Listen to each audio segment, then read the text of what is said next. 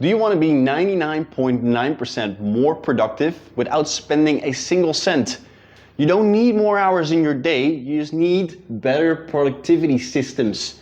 What if the key to scaling your coaching business is actually hidden away in a few small productivity tweaks that you can implement on a daily basis? At the end of this video, you will know exactly the 11.5 productivity hacks that I've implemented in my business to scale faster, earn more money, get more clients, work less, and actually enjoy the process. My name is Yuri, and for the last 13 years, I've been in digital marketing and sales. I'm gonna dive right in because this is gonna be a value-packed video for you. The first thing that you need to understand about your time management is that there's two types of tasks and time management. It's the maker versus manager. Now, what do I mean with this? Versus manager. You need to understand that as a business owner, you have two types of tasks. You have your creativity, your creator mode, your maker mode. This is where you create. This is where you create content like this. This is where you record your video content. This is where you script your ads. This is where you create your video modules. This is where you do your appointment settings, send out DMs, hop on your sales calls. This is where you make, this is where you are creating the fundamentals of your business. This is important to understand that this is a crucial task, same as manager. Here you are managing your business. This is where you manage your VA, your appointment setter, your clients, your administrative stuff. And you want to make sure that in your agenda, you separate those two because there's two different types of tasks. So what I recommend here to do to make sure that in the first 4 hours of your day, you actually block out time for the maker productivities, the maker activities. Here, this is where you sit down in the morning. First thing, you make sure you check off the things where you create your business, where you build the fundamentals of your business. And after those 4 hours, once you've checked that off, and we'll dive deeper into the next steps on actually like how to prioritize these type of tasks, you can jump into your manager mode where you have your meetings, where you actually manage your team members, where you do your administrative stuff.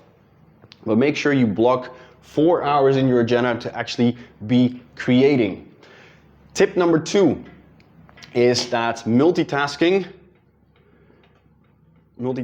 actually makes you 40% dumber.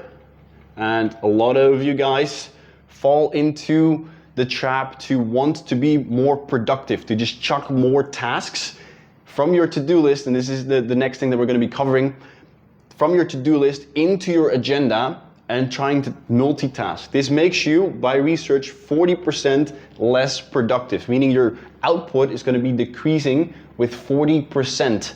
So focus on one specific task at the time, one specific task that you want to complete, and fuck the multitasking, because this actually really impacts your productivity. I don't know the exact numbers, but I think it takes about 23 minutes if you switch from one task to another. It takes 23 minutes from being distracted, from hopping one task to another, to get back into your deep work focus mode. So you want to make sure that you focus on one specific task, and what that's going to be, what the most ROI productive tasks are. We're going to cover that in the points to come. Now, you want to also split out plan versus execute. All right, think about it. Your brain is either in strategic planning mode or in execution mode. This is something that you don't want to mix up, and this is something you want to separate.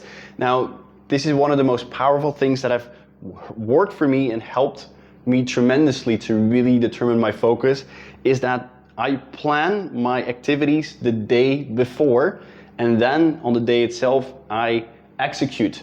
Example, yesterday, before I went to bed, I take my journal, I write down 3 things that I want to execute the next day. So my brain here is in the planning mode. So yesterday, as an example, I put down as the execution task for today to record 2 YouTube videos. So the planning has been done, so the next morning when I want to execute, all I need to do is open up my journal, look at the task that I want to perform or that I need to perform. I no longer need to think, and I just go into pure execution mode, and this combines back again to the maker block of 4 hours. With the first 4 hours of the day, I check off what I've planned before. I plan, I go into my maker mode, and I execute. This saves a lot of thinking, and you just become a lot more productive because you know what to focus on. Now the next one is actually to fuck your to-do list. Why do I say that? And this is often one of the first things that I help my clients with, because they struggle with time management. They're like, Yuri, there's not enough hours in the day. I have so much on my to-do list. Well, your to-do list is actually just a busy list. It makes you feel productive because you just work from top to bottom, you go into meetings, things add up to your to-do list, and you just keep working. But the mistake with your to-do list is that you actually prioritize every single task with the same priority. So there's no logic, there's no structure. And this is where the 80-20 rule applies, that 20% of your activities actually give the output of 80% that's relevant. So you want to break down your to-do list into what's called a success list.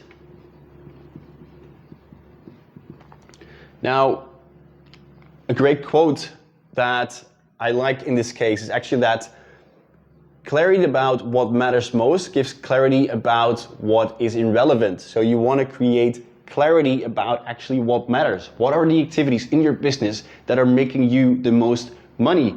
And this often comes from that 20%. For most of the clients I work with, for myself, this comes down to content creation, sales calls, appointment setting, client delivery.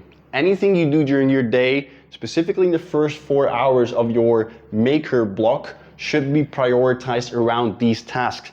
Anything else, anything about website design, logos, landing pages, automations, anything that feels more comfortable is often not where the money is. So you want to be very, very clear on your success list and move away from your to-do list. So that would look like, a to-do list would look like this, and your success list would be this. And this gives a lot more clarity. You're going to be focusing on the 20% that actually brings you the highest return of investment.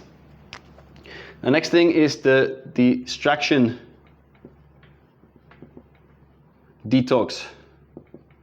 You want to eliminate as much distraction as you can physically, humanly eliminate, because your time is the most valuable thing as an entrepreneur, and this is what determines the output. And by prioritizing the tasks, getting clear on what's not important and what is important is already a very, very important step. Then eliminating distraction, because this is where your attention is drawn into other things. It's the next important step to take. You want to eliminate your notifications, your apps. You want to get off Instagram, of LinkedIn, of getting sucked into other people's freebies, all the stuff which draws your attention. You want to eliminate as much as you can. Now there's amazing apps for this that you can install on your desktop. There's notifications you can cancel, there's apps you can eliminate. There's a regular desktop cleanup, laptop cleanup that I do just to make sure that everything on my desktop is cleared out. There's no distractions. I should only focus on the task that is important. Eliminate as much distraction as you can, and see throughout the day what this is for you. Like, what distractions do you encounter? Next one, the 5 a.m. advantage. Right, there's 2 ways to be more productive. Either you add more hours to your day, or you make sure that within the hours that you work, your productivity is at its highest. Now, the things we mentioned here so far, it's all about increasing the productivity, and often you can also find 2 extra hours in your day just by simply waking up more early. I wake up every morning between 5 and 6, and by the time it's 12, I've done all of my maker tasks, I've created my videos, I've sent out the DMs, I've created my Instagram reels, I've planned my content, so that anything after 12, I can serve my team, I can serve my clients, and I go into the manager stage, the manager energy, the manager tasks. Waking up early instead of sleeping in, having breakfast, opening up your laptop by 9 or 10 gives you a huge disadvantage. Waking up early when everyone's still asleep is one of the best tips I can give you because it gives you so much more productivity. Number 7, time it.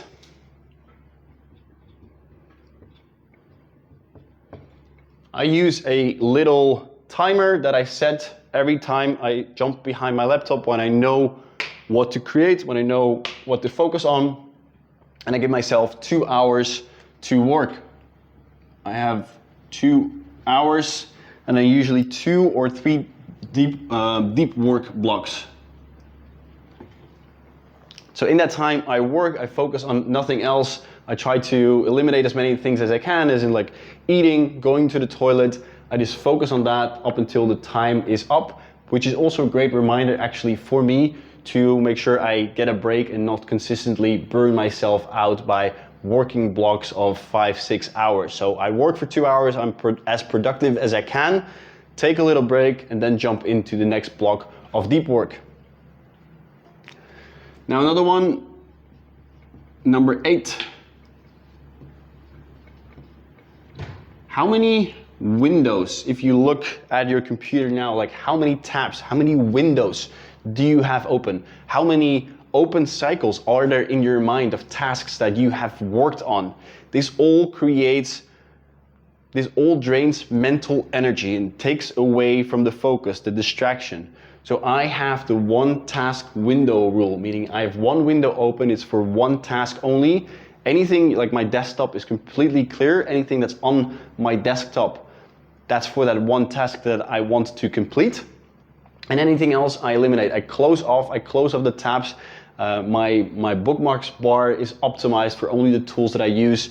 I eliminate as much distraction as I can and I only focus on one task, and anything on my computer, it's focused around this one task. I don't leave other things open because this is all draining my emotional energy and focus. Number 9, track and reflect. Every day I track my wins. Every day I write down 3 wins of that day to get my mind into a winner mindset. And every week I reflect of how the week went. Was I as productive as I wanted? Did I complete the tasks that I wanted, that I wrote down the day before? Where can I optimize? So I keep track also of my own journey by writing down the wins every day, seeing how I progress so that I don't compare myself to the future, but I'm actually comparing myself to the past so that I actually see the progress that I'm making every single day, every single week. And I plan in reflection moments for myself to see how I can actually further improve.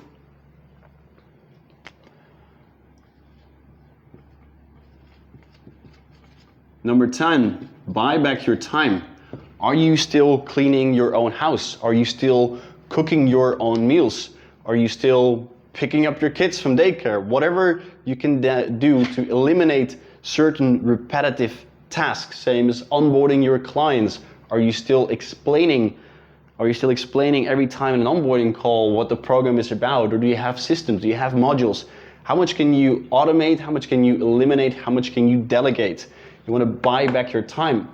I don't cook anymore. I don't go online to search what type of food I can order. I got meal prep delivery. It's the same thing every week or every 2 weeks, and it just gets delivered to my house. I don't need to think about what I need to eat. It's being delivered. I have a cleaning lady coming here twice a week doing the cleaning. So anything that I can do to add more time to my agenda, that I can work to be productive, and anything that I can eliminate from the thinking of my mental capacity, I try to eliminate, delegate, or automate. So buy back your time.